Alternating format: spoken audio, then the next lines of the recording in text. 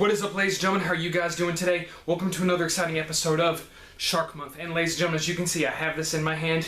After watching Deep Blue Sea 2, they gave the instructions for this. I discovered in order for me to tackle this movie, I'm going to need to take this smart, brain-inducing drug that's going to make me smarter. It's going to help me to be able to combat Skynet and get through this movie. Don't worry, this is not alcohol. The instructions to make this were in the movie. It was by a scientist in a shark movie. Alright, here we go.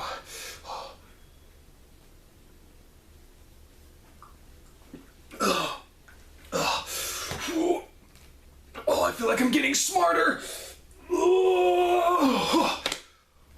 What a rush. Okay, so now I gotta figure out a way how to combat Skynet and to stop sharks from eating us. But before we do that, let's dive into Deep Blue Sea 2, and if I'm correct, this should give me the ability to teleport. Let's see. Whew, what a rush. Well, how about that, guys? I did teleport.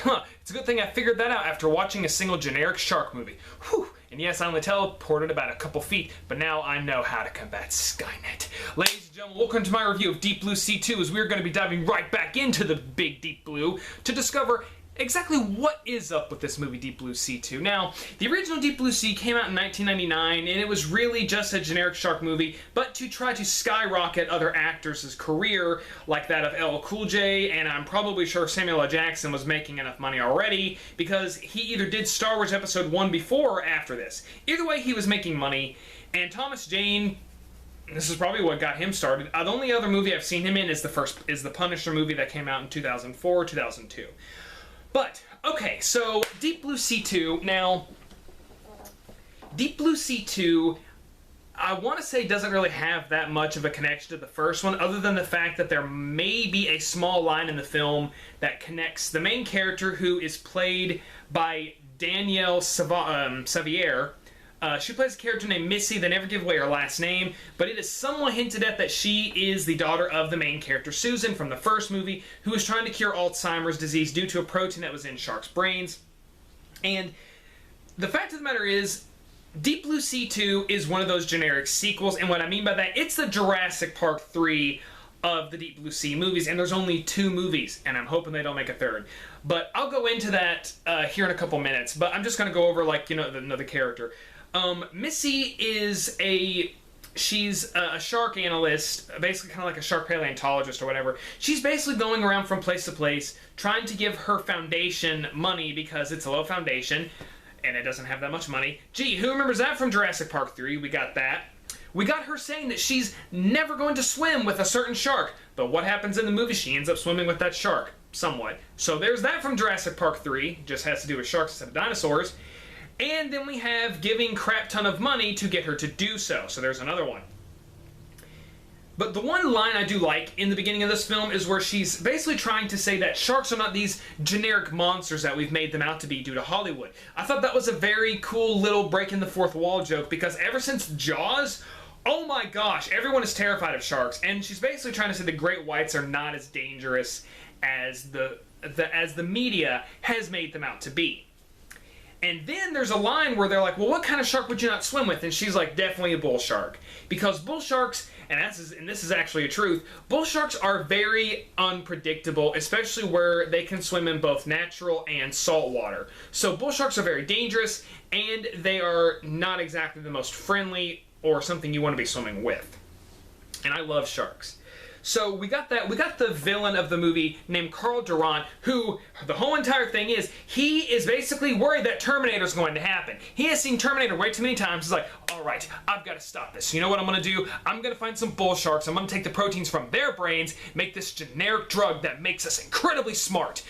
And I'm going to use it to combat Skynet before Skynet even has a chance. Terminator, you're donezo. That's pretty much what he's doing. He is pretty much saying, Terminator's going to happen, we gotta stop it. I'm not going to let cell phones become Transformers.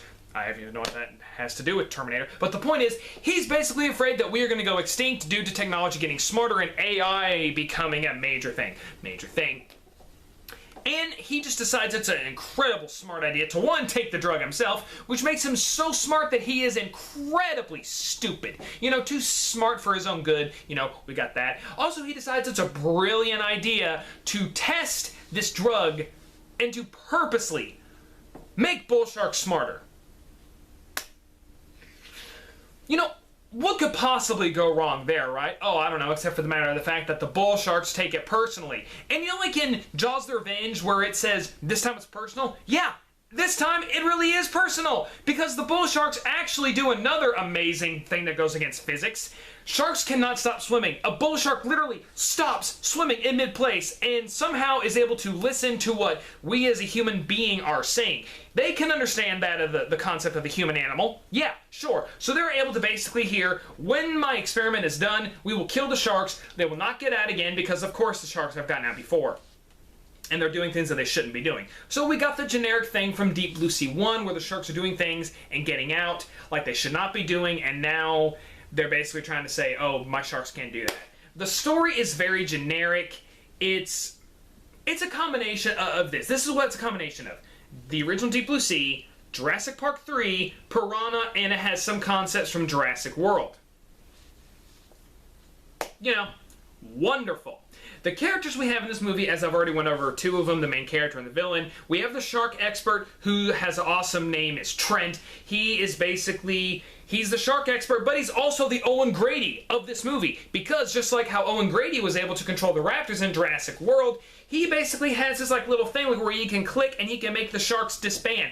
He can literally control these sharks, but the film forgets about that plot point, and it could have been useful later on in the film. Never mentioned again. We have the comedy relief, who I didn't even really care to get his name. He was the comedy relief. The only aspect he added was the fact that the sharks have something against his Nike shoes. Yeah, that's pretty much it. We have a husband and wife who are really just there to die. You know they're there to die. The fact of the matter of like where the husband has gone behind the wife's back, giving her research to Carl Durant, or Dundurant or whatever, giving her research behind her back for 9 months, and she forgives him like that. Lady, your husband has been lying to you for 9 months. Oh my gosh. I don't know if that's a quality for divorce, but that is at least something for I'm not talking to you until this is over. Yeah, that kind of stupidity. And of course, you know, they are both there to die. Plain and simple. Their characters are just, we're here to study this. We got asked to come. We got a big check. We're not going to be in the movie that much longer. And the fact of the matter is, this movie makes it look like that we're going to have big, generic, smart bull sharks. But no, this movie does a complete 180 on us and gives us the baby piranhas. It gives us piranhas from Piranha 3D and the other abomination I'm not going to mention. It does a cool twist, but if you're going to promote that you're going to have smart, angry bull sharks attacking, freaking use them. Oh my gosh, I was waiting for the bull sharks to get out. We get told that Bella is incredibly smart, and of course she's pregnant. Bella is the shark, by the way. And the shark breaks out, and the sharks don't really even show up. They don't really do anything at all. They don't do anything. The babies are the ones who are coming after everybody because, oh, you know, babies are vicious. There's a line where they're like, you have created something that is just basic muscle and teeth. Lady, that's what sharks are. They're muscle and teeth. All this machine does is swim and eat and make little sharks. And that's all. Like, that's literally all they do. So you got the baby sharks who are basically causing all the carnage, and by carnage, like 3 people die max. The special effects in this movie are not that good. The CGI is crap. The CGI for the sharks look awful.